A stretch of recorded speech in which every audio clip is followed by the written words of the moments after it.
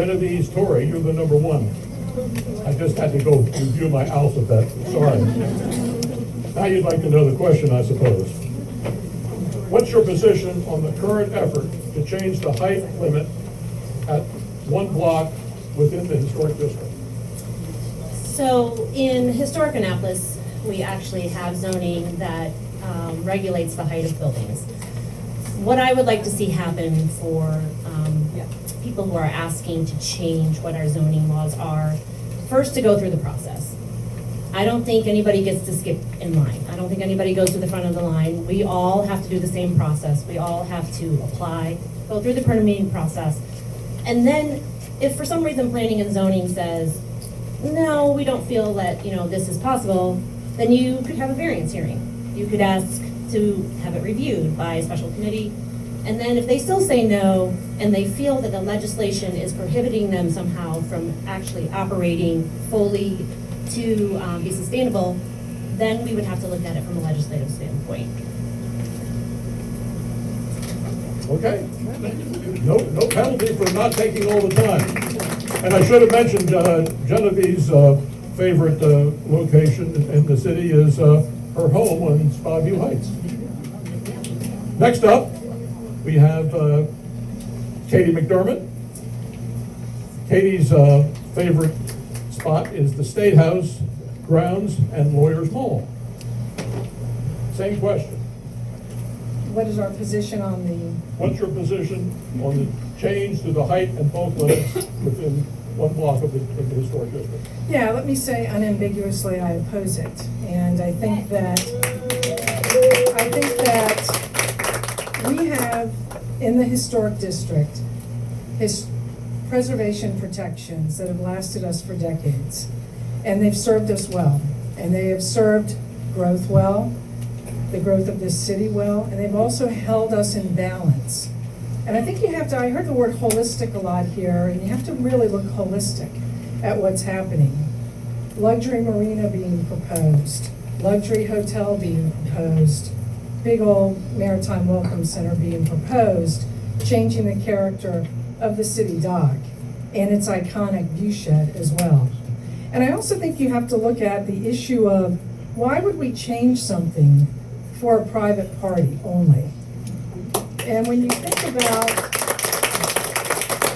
spot zoning and this concept that's gone around, I did look it up on AI, Microsoft Copilot, which is my favorite AI, and I'm a lawyer, and we have a nice law department, and we can all look these things up, I suppose, but a zoning change is well known that when it benefits a private party, that it erodes public trust. It changes the character of a particular area, particularly when it's geographically small, and it's inconsistent with other uses. That's actually one of the definitions. And it invites a lot of legal challenges. But I would focus on the trust issue most of all, because we have a public trust here in Annapolis between preservation and development, and this injures that. Thank you. Thank you, Katie. Next up is Tom Creek.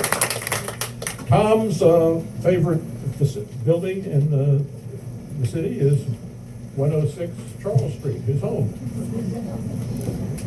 Question? The question. What is your position on the current effort to change the height limit at one block within the historic district? Okay, so that question is really framed in City Dock. That's what we're talking about here, City Dock. And I'm going to agree with Katie on this point. As we've looked at City Dock piecemeal, we need to look at it holistically. What's going on with the market lease, what's going on with the park, what's going on with raise the roof proposal, as I call it. Now, on the subject of height restrictions, they exist for a reason. There's height restrictions for a reason. They're intended to protect the story of what our streets tell. Okay? Our skyline shouldn't overshadow that story in no way. Now, I'm going to take you back and say, listen, at the City Dock, we got a $45 million budget, but we should not spend 1 penny more, not 1 penny more. Let me explain why. I read a lot of the financial reports. I read the Financial Commission report, committee report, excuse me. And on page 3 of the Financial Committee report, it says that we're going to raise, our debt service is going to go up 25% in 2 years and 25% after that. Okay? Now, I went back and said, okay, that's got to be somewhere in the Financial Committee report. It's not there. Okay, I had to go to this is the budget. Okay, I printed out the budget and went to the entire budget. Okay, if you go to the entire budget, you can solve the mystery. Look at page 67. We have $8.5 million in debt service. Add the percentage to it, it's going to be 13.4 in 2 years. 13.4. Now, important to note that 61% of all revenue for the city comes from your property tax. Doesn't take a brain surgeon to figure out how we're going to pay additional debt. Okay, with this and other major financial roadblocks, which I think Jared talked about some of them, you should demand whoever's on city council, whoever you elect, is fully transparent in good and bad news. If elected, I would be the only member of the city council that has an MBA, and I've worked with $300 million budgets, not $200 million budgets. Okay? And with that past experience, I can handle these issues. I thank you. Thank you very much, Tom. Next up is Harry Huntley. His introduction is on page 5 of the program, and his favorite place is Acton Park Cove, or Acton Cove Park. Yeah, that's where I got engaged just about 2 years ago. So, thank you guys so much for having me. Let me just, again, be perfectly clear. I oppose the legislation that is coming forward. But it's not enough to just oppose it, right? I started off by reading this, and what did I do when I read it first? Came down and I talked to Rachel about it. We sat here in the Pinckney, in the Shiplap house on Pinckney Street, and we worked through it. We realized all of the reasons that it was a problem. So I think that approach that I bring of partnership, that is what I've taken on the city council, whether it is with Historic Annapolis, whether it is with my fellow council members, whether it is with our elected officials at every level of government. When I know that there's a problem that can get solved in Annapolis by working with the State House, I got our delegates on speed dial. And so that approach to partnership is crucial. Now, let me tell you some more about why I oppose this. I think it does 3 things we don't want to do. Makes our city code more complicated at a time that we should be making it simpler. We desperately need to be making our city code simpler. I think it nibbles at the fabric of the historic district. That is probably the most significant reason. You gotta have a really good reason to go nibbling at these protections that have taken care of us for so long. And third, it's just plain not fair, right? This is one group, one really small group area. And so I don't think we're winning over that public trust. The last thing I'll say on this topic is just that we should be considering new visions and new ideas, but we need to do it in the context of managing change. That's what I think Historic Annapolis does very well. That's what I'll do. Thank you, guys. Thank you, Harry.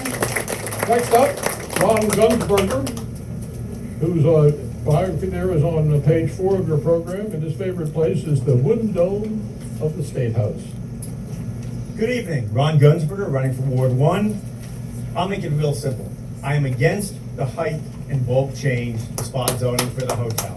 I'm against the Maritime Welcome Center, period. I don't want to nibble at the edges, I'm against it too. And it's also nice to hear our alderman say that he's against it too. It would be even better if his votes reflected what he's telling us.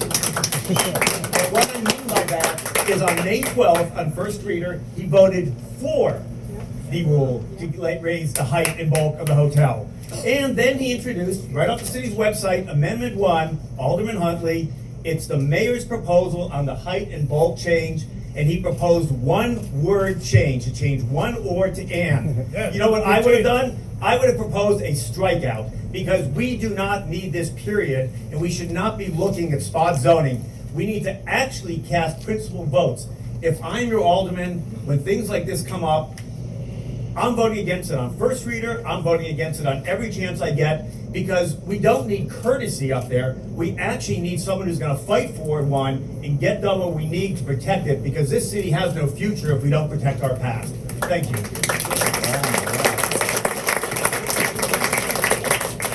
Thank you, Ron. And last in this round is Ben Branson. Ben's favorite spot is the Old Fox Books and the Brown Mustache at 35 Maryland Avenue. Thank you for that. For those that don't know, that I more or less call that my second office. I'm usually in there Monday through Friday, 9 a.m. to 11 a.m. doing work.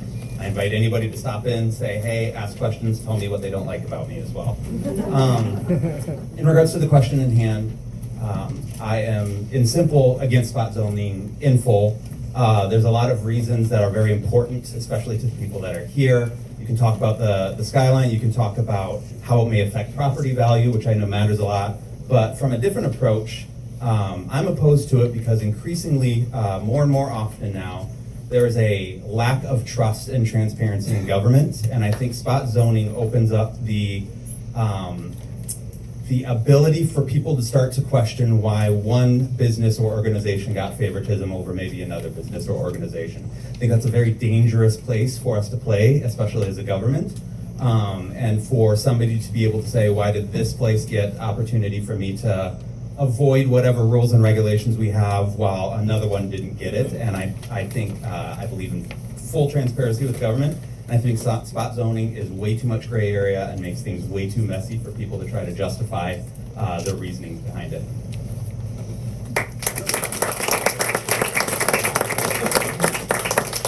Thank you, Ben. We're going to move on to question number 2, and we're going to start off with Harry Huntley. And the question is, what limits, if any, should be placed on short-term rentals in the historic district? Hey, this is a great question. You're asking to the right guy. Thank you, John. So this is legislation I've already proposed, and it's not just limited to the historic district.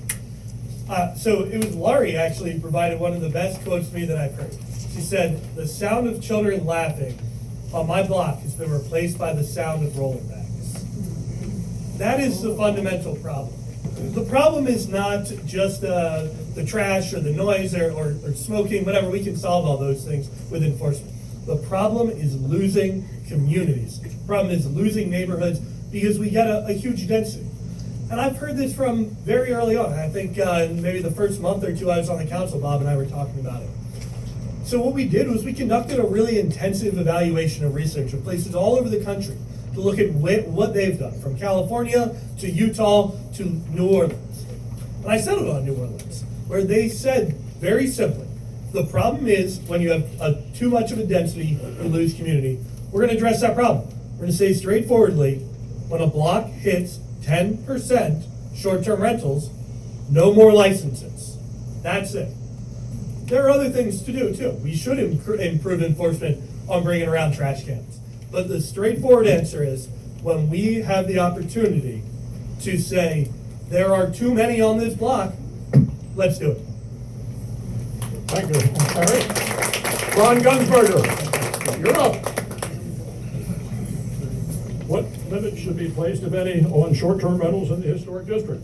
I think we can do two things right off the bat. One of them is, I agree on something Katie's talking about also, is let's do a moratorium except on owner-occupied units. That would start there, because at least lets us get a handle on it without the problem getting worse.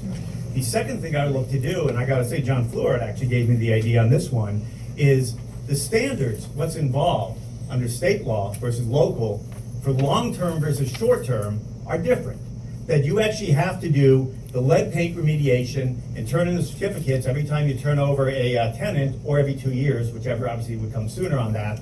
You don't have to do that with the short-term rentals every 2 years. I think if we actually did something that became a health safety change, it would actually rope in all of the current STRs and give those property owners a choice, essentially, because once it becomes the same standard to be a long-term as a short-term, I think you'd see some of those being converted over to long-term. That's how you go after what's already there now and change the nature of it, because we do have to protect the quality of our neighborhoods. I'm fortunate, my block has 0, so I am very fortunate on Hanover Street. But I gotta admit that I've walked through other parts, and we all have what's called the VAN, the Democratic Voter List. And you go down blocks and you talk to people, and there's 3 houses that actually live there, and everything else is a short-term vacation rental downtown. We do need to change that. Those are my 2 proposals on where we start. Thank you, Ron. Ben Branson, what limits should be placed on short-term rentals in the historic district? So I kind of consider myself the affordable housing person in here. So they're in this group of people. Anybody who has talked to me, you've heard me talk about it, because you can't get away from a conversation without me talking about it. Short-term rentals are a problem, and they are a problem in Annapolis. They are a death knell to being able to offer affordable living. I believe a report recently came out where about 50% of short-term rentals aren't registered in Annapolis as short-term rentals. And that's considering the fact that Annapolis has roughly about 2.9% of their homes as short-term rentals. Just as a comparison, the national average is about 1.6. So just from what is registered as a short-term rental, we're already almost double what the national average is. That's not taking into consideration any of those places that aren't registered. So we have policies in place. We are not enforcing those in policies. We have to start there. I also agree with what Katie has said, that we need just a full-on moratorium on any home that is not being currently lived in. And, sorry, I just totally lost it. That's all I have. Hit the other flag. No problem. No problem. Next up, concrete. Short-term rentals in the historic district. Okay. Sorry. Okay, first of all, let me state that I and my wife, we own a short-term rental. Okay? Now, I've been fully transparent with my supporters, I've been transparent with all the candidates, and I've been transparent with the people when I knock on the door. Okay? We still own it. It was our primary residence. We moved down here. We own it for emotional reasons. It's a private matter that I'm not going to get into. I will sell it when my wife and my daughters are ready to move forward. So that said, I also live down the street from a short-term rental. So I approach it from both sides. Now, the political move tonight would be to sit here and say short-term rentals are the worst thing in the entire world. And that would be a stupid political move. I think that's intellectually dishonest. In life, there are two things that can be true at the same time. One, STRs are bad for neighborhoods, and they have detrimental effect on the character of the neighborhood. That's true. That's true. Two, short-term rentals have a place in Annapolis in the tourist economy in which we become. That is also true. So here's my solutions. I think we've all talked about the full moratorium. That's kind of an easy one. The STR administrator needs to enforce the 17 pages of ordinances we have in place. We've never suspended a single license on a short-term rental. Okay? We don't need new policies. We need to figure out the policies that we have work or don't work. Number three, we need to set up a short-term hotline that's manned 24/7 to be called for STR issues that you may have in your street. Number four, we need to increase the occupancy tax on short-term rentals. It'll raise about $600,000 in revenue, be paid by the STR owner and the renter. $500,000 of that money will be allocated to occupied homeowners on the affected streets in the form of a tax rebate. Those neighbors on those streets have undertaken the burden of uncontrolled STR growth, and this allows, and they've allowed tourism dollars to come to the city. They should benefit. I thank you.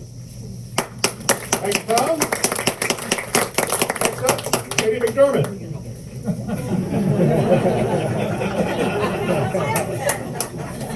I told you, my alphabet is in bad shape. We're going to collide with each other eventually, and I'm going to run into that pole, I tell you. Thank you, gentlemen, for saying it. But in any event, I have been concerned about short-term rentals for a long time. I've spoken about it for a long time. I think, frankly, to deaf ears. You know, Mr. Rogers said, "Will you be my neighbor?" And there are streets that don't have neighbors. I met a young couple moved to Charles Street. STR one side, STR the other side, and STR across the street. They said, "I thought we would have neighbors." Our government has failed us, our local government, in not enforcing the law. And I'm a former federal prosecutor, and yes, I like rules, and I like to enforce the law. You know why? Because it's fair. But the real issue here is that we're eroding neighborhoods, and we are drafting policies, and I do oppose Harry's bill, because frankly, it didn't go far enough. We need an immediate moratorium. And I'm president of an HOA, we actually ban STRs. I'm not saying we ban them, but honestly, some of the other historic cities have limitations of 60 days or 90 days. There was not an ounce of research or creativity that was relevant to Annapolis in that bill. And that's a shame, because it's a really important issue. And so we've got to get back to, what's our goal? Is our goal affordable neighborhoods? You know, 44% of our residents rent. And they are nurturing our neighborhoods and sustaining them, and we are really putting them at risk too. And all of us are at risk when we don't know who our neighbor is. So to me, this is pretty simple. It's a failure of will. And it comes back to a bigger picture that we have. Are we for the residents or the tourists? Sorry to get the bill. Thank you. All right, Genevieve, your turn. Short-term rentals in the historic district. just in the historic district we're talking about? That's what the question is. Okay. So I interviewed to fill Ellie's position. I went through the whole interview process, and during that time, I brought up STRs, which stands for short-term rentals. I utilize short-term rentals when we travel for work, and it is kind of nice when you do it in a community where the community is solid and there's plenty of people there, so you can integrate yourself into the community. People come to Annapolis to do that within our community. It's beautiful, they want to be here. However, in the interview process, I stated that we need to have regulations on it. Many places, many cities that we stay at with STRs, there are limitations to the neighborhood. I don't know if 10% is really the right number. You would actually put a specific number per block that could have an STR. If you get 3 strikes, because they're gonna be regulated, you lose your license. You can't get it back ever. If you're not here maintaining the property and it goes against city codes, then the city can come and take your license and put it to a waiting list if somebody else wants to have an STR in your neighborhood. I think the current legislation doesn't go deep enough. It doesn't define things, what is an STR? Per definition for a short-term rental is less than 90 days. If they're staying more than 90 days, it's not a short-term rental. These are the things that we need to regulate, and we need to have them also inspected. I'm against grandfather clause. If you buy a short-term rental house, you don't get to take that license. It has to start all over in the process. Thank you. Thank you very much, Debbie.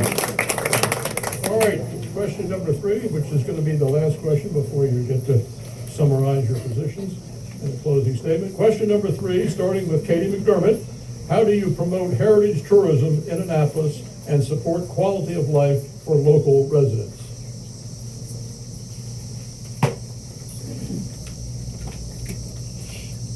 This is our existential question in Annapolis. How do we manage tourism with quality of life? And we've got to do, I think, a better job of managing mass tourism here by regulating short-term rentals, frankly, not making it easy to be here for unregulated periods of time. But I think the bigger issue is, how are we managing transportation? How are we managing issues related to events and neighborhoods? Are they, many of the neighborhoods are overrun with parking. And so when I think about managing our heritage in tourism, I'm thinking about balancing the residents' quality of life on parking and transportation, because they want to come to historic Annapolis sites, and we do want to have visitors here. And so we're going to have to look at transportation, housing, and parking solutions to manage that. And I think our fundamental goal, though, and I think what's been absent, frankly, for about a decade, is focusing on the resident experience. When there was a presentation made on the Maritime Welcome Center, the mayor said, I want the visitor to have a better experience in Annapolis. I want the resident to have a better experience in Annapolis. And you're going to have to manage through that by managing tourism. Thank you. Thank you, Katie. Tom Creek, you're up. How do you promote heritage tourism in Annapolis and support the quality of life for local residents? You know the alphabet, by the way? Pardon me? The alphabet, I'm gonna get you something for that. Okay, sorry about that. Okay, heritage tourism. And look, I looked at the definition of that and what it talks about. It's really talking about preserving what we have. Our city government should not be in historic preservation. Let me give you an example. The Maynard Burgess House, it's a beautiful house right across from City Hall. It's a free African-American house in the 1800s. It was given to the city for nothing, We budgeted $35,000 for upkeep. We've done nothing else with it. Okay? We can't walk into it as citizens and create that balance in Annapolis. We do have a mechanism that creates that balance. It's called the Historic Preservation Commission. Okay? The problem with that is politics have effectively robbed this body of its independence. There's been four chairmen in the last 3 years on the HPC. I would propose that we make HPC a bipartisan commission appointed by city council, not the mayor. It should be mandated that the commission has one voting member from HA and one voting member from AIA. Okay? That's been mandated. Okay? The term should be for 4 years without further removal unless dishonesty and obviously resignation. We need to take the politics out of the commission. We need to allow the executives to fulfill their charge without the threat of removal. Now, I'm not reflexively opposed to sensible development. That represents tremendous important historic features that we have in Ward 1. But we need to make sure that we're promoting development, not just to increase tax revenue, but to make sure Ward 1 is not burdened with the development, HPC approved or not, that is intended to bail out the physical irresponsibility of our city. Thank you. Okay, Genevieve, Torrey, how do you promote heritage tourism in Annapolis and support quality of life for local residents? Okay, so this is as being on Arts and Public Places Commission for 6 years and chair for 5. I was in charge of creating experiences that occurred in downtown. They were not just for visitors, they were also for residents, and mostly just to bring everybody together and create a community that could enjoy free art. I think that we need to focus on creating experiences more downtown, having services back downtown that residents could use on a daily basis, where you don't have to get into your car and drive to a grocery store. You don't have to get in your car to drive to something that we could provide downtown like we used to. I have many Annapolitan people who have lived here generationally who tell me that for school, everybody would go down and buy their stuff downtown. They would visit the stores, but there are so many people in my neighborhood now that tell me they don't go downtown. They don't utilize our downtown because they feel that there are not services down there that they would want to shop at or spend their money at. That's a problem, because residents and businesses have to rely on each other to make our city sustainable. If we're not putting our money into the businesses, then the businesses are gonna rely solely on the visitors.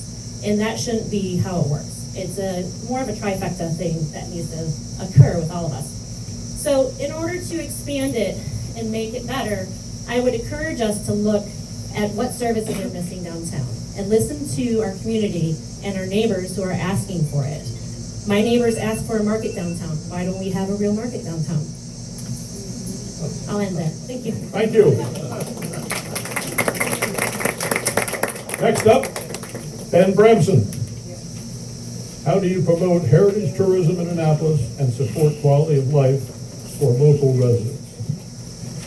Well, heritage tourism is what brought me to Annapolis in the first place. I came here as a visitor and I was downtown and I just immediately fell head over heels in love with Annapolis, and it's ultimately what brought me here. So they very much go hand in hand.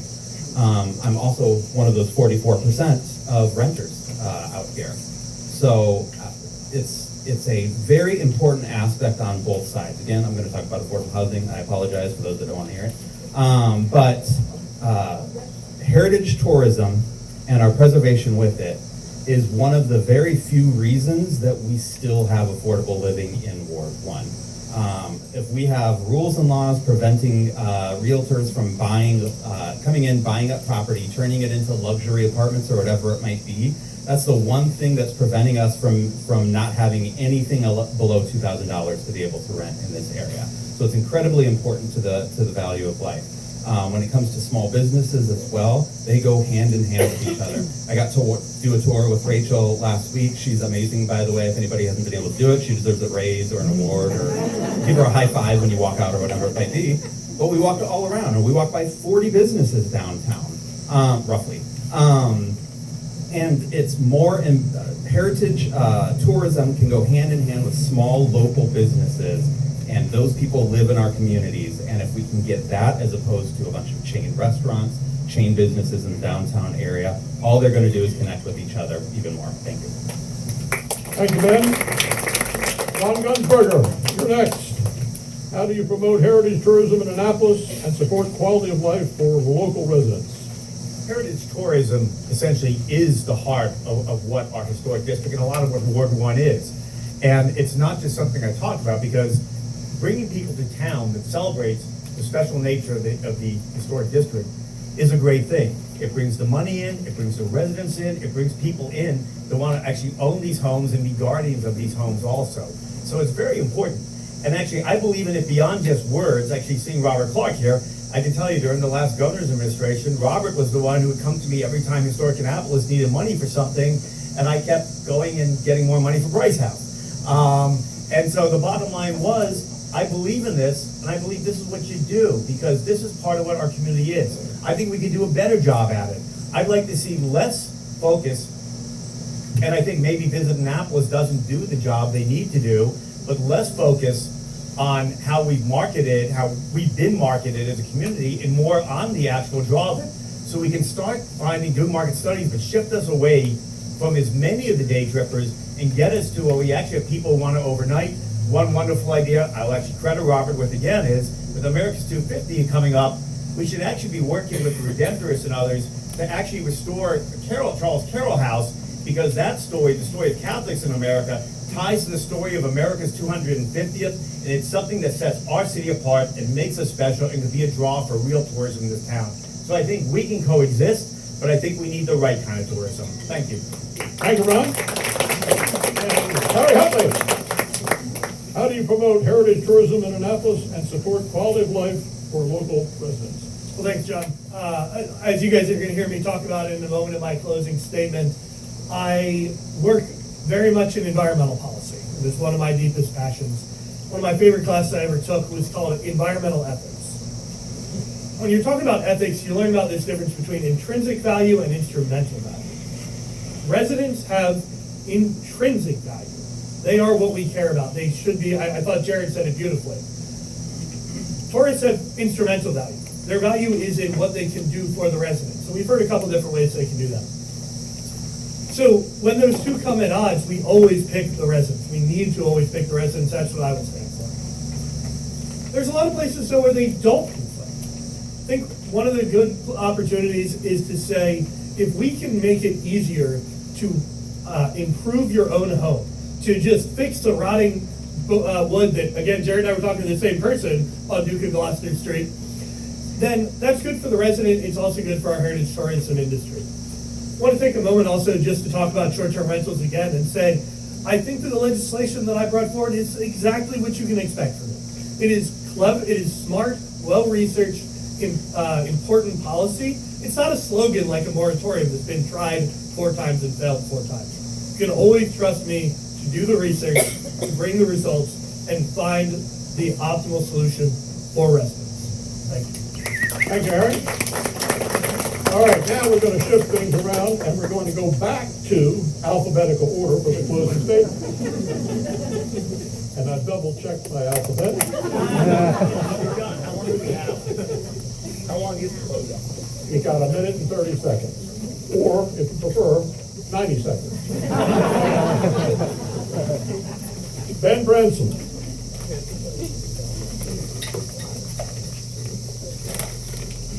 Fortunately, with my name, I go first regularly. I was always in the first seats in school.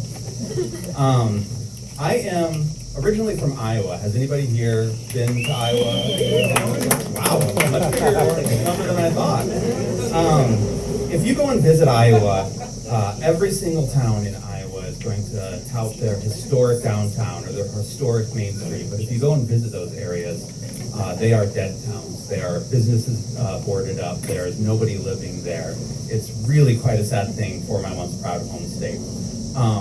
We can't allow the same thing to be able to happen out here. So a couple of things that I really want to be able to focus on. First off, flood mitigation has to happen. I'm sorry, Rachel, I'm going to throw you out there again. She really is fantastic, though. We can't have Rachel out there slinging sandbags because we're worried about protecting our buildings down there. Was the story that she told me a little bit. So we've got to take care of that. We've got to take care of our businesses downtown. Oh, that went really fast. 3, we have to have citizens that can have housing that they can afford here. That doesn't just mean low-income housing. We are getting to a point where the police officers that serve our community, the EMS officers that serve our community, the firefighters, the school teachers, they can't afford to live here, and they can't afford to live in Ward 1. We have to be able to allow the people that live here and work, or excuse me, we have to allow the people that work here to live here. And lastly, we've got to protect our small businesses. We are only as good as those local small businesses that we have downtown, and if we are not protecting them, it's going to completely take away from the heart and the feeling of what we offer downtown. Thank you. Thank you, Ben. Ron Gunsberger. For those of you who got my card, it is both the smartest and dumbest thing I have done in this campaign, but for total transparency, every one of you has my cell phone, a number that hasn't changed in over 25 years. It means you can call me for good or bad. No one ever calls a politician to say, keep up the good work, so I know what kind of calls it'll be, but you will always be able to reach me. And that is part of my commitment to being transparent and being accessible. But let me tell you the other things I'm running on. I'm running on doing something to bring affordability for homeowners in this city, because in 8 years, the average homeowner is paying 44% more in property taxes now than they did just 8 years ago. We need a 2% assessment cap. I will fight for the 2% assessment cap. That is what we need. Second, we need to look at consolidating services into the county, except for police and fire, consolidating them, move our city employees, those departments, over to the county. Through economy of scale, we can actually get more service for better prices. It makes sense. We'd be part of a comprehensive transportation system. I want to staff the 5th Rescue Unit because we have the slowest response times in the entire city right here in Ward 1, particularly the Historic District. You can go on the firefighters' website. They have the GIS data from the city. We do not meet the national standard of 4 minutes here in the Historic District. Staffing a unit for one shift, weekdays, will do it. It's why the firefighters endorse me. I'm Ron Gunsberger. I'm running for Alderman in Ward 1. I need your vote. Thank you. Thank you, Ron. Harry Huntley.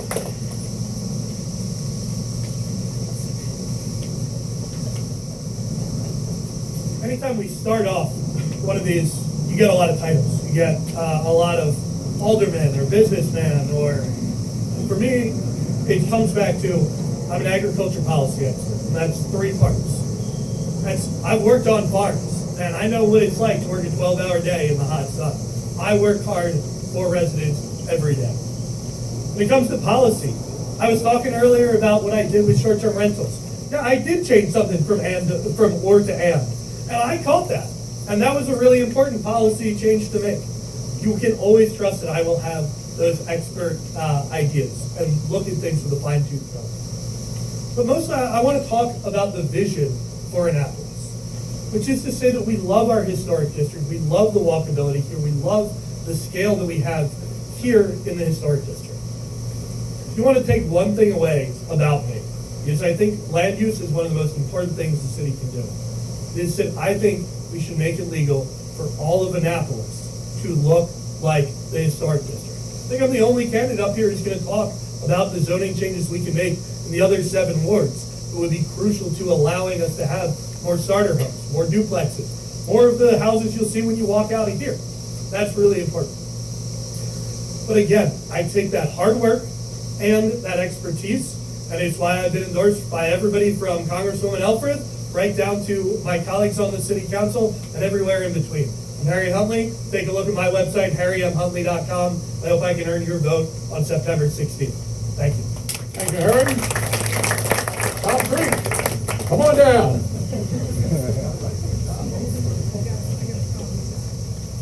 Just for clarification, I'm the businessman that Harry was just talking about, okay? And I'm damn proud that I was able to build my business, okay, and able to sell my business, okay? And that expertise can be added to the city. We spent a lot of time tonight talking about Annapolis and a lot of brick and mortar scenarios, but we failed to talk about the history of the town that lies in the people of our ward in our city. You know, Ward 1 is the oldest demographic in the city. Now, why is that important? Well, people, they make up the oral history. They'll tell the stories. They tell the stories about the hardware store, about the gas station that was at the Circle. But on these same people, we continue to increase property taxes. Okay, we increase property. These same people are on fixed income. We make it more expensive and difficult for someone to park anywhere near their home. Okay, we are forcing the oral history of our town out of our town, and that's important. We have a commission on aging, one of 24 commissions. The responsibility for that commission is to promote in every manner possible the general welfare and betterment of aging people in the city. It's the only commission that has no members and no chairman. Okay? Now you can turn around and say, Tom, why didn't you try it? Why didn't you volunteer? I did. I volunteered in 2022, 2023, heard nothing back. Nothing back. Okay? That in itself tells you what our present status quo government thinks about the aging population. Now, I'm not a politician, as you obviously can tell. We've already said I'm a business person. I've never been a politician. It's not my life goal to get this job and move to the next one. I've undertaken this effort due to the increasing division within our city on what the residents want, what they need, and what the city is delivering. We cannot continue uncontrolled spending in our city, and the status quo represents that. I believe the upcoming election is one of the most consequential elections in the city in a long time to come. And that is why I ask for your vote in November. Thank you very much. Thank you, Tom. Gary McDermott.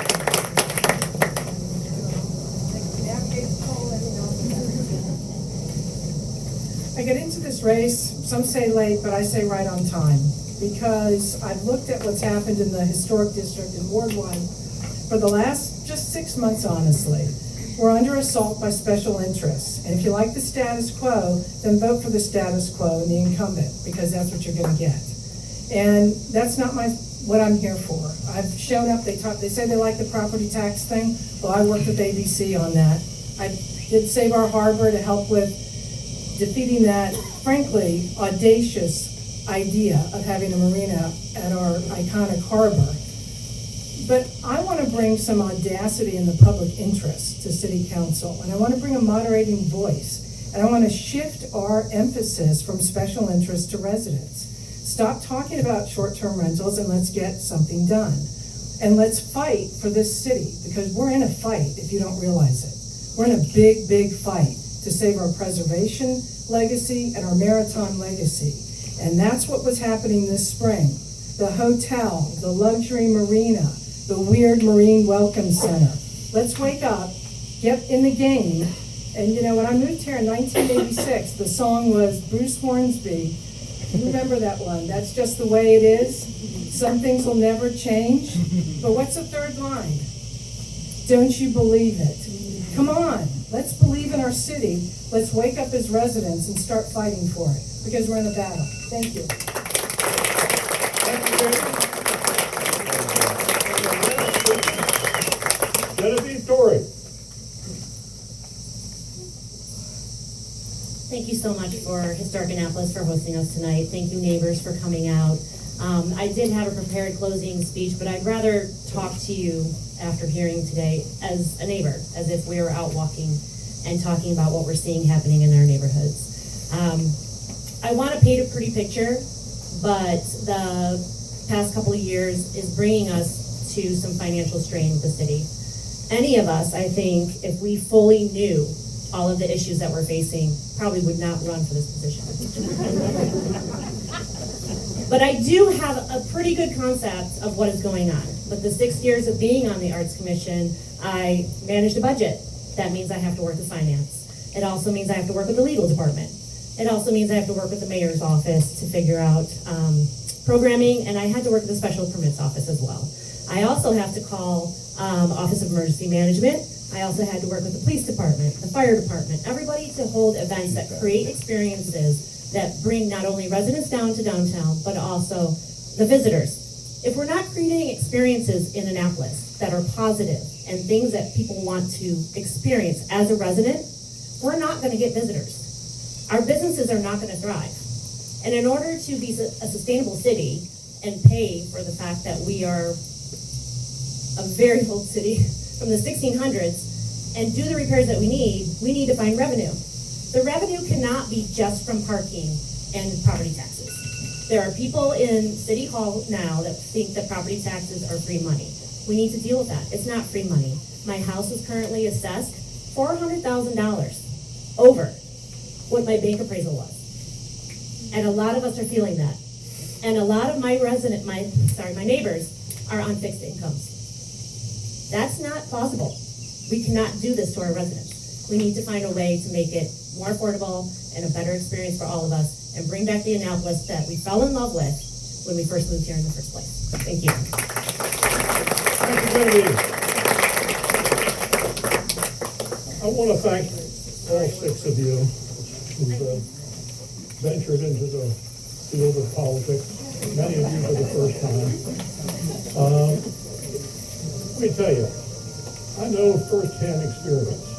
Representing Ward 1 is a tough job, but it was a great job because of this wonderful city, of its historic Annapolis, properties, the waterfront, but most importantly, its residents. And you all, one of you, is going to be representing those residents. I was fortunate enough to represent Ward One for 8 of my 16 years on the city council. But more importantly, and more fortunately, I was glad to serve as the administrative assistant to my wife, who served for 12 years. And I want to thank Louise for all the hard work that she did, because we had many battles in our family room. And we were talking from the same side. So, thank you very much, Karen, for hosting this. I did want to mention one other thing that was mentioned at the outset here. The Ward One Association is having a candidates night a week from tonight, 7 o'clock at St. Anne's Parish House. And the questions will be of a broader scope than what we've been focusing on tonight. So if you want to have a good evening, next Wednesday, probably won't have any ice cream unless Sven picks up the tab again. That's the most important question you should ask, is what flavor should I bring next time? I just wanted to say, if we can all give John a round of applause. Thank you all so much for being here. Thank you so much for our candidates. It was really an inspiring evening. I'm going to mention just one more thing. We invite every one of you to come to our annual meeting, which is going to be on November 12th. And the reason why I invite you to come is we have a national expert on the economics of historic preservation, and some of the issues that were raised tonight, he'll be speaking to, and I think you'll find that quite enlightening. Annapolis.org is our website. If you want to find some more information, please become a member, a sponsor, plan giving. We've got development in the office too. So if you need anything, let us know. Thank you again so much for being here tonight.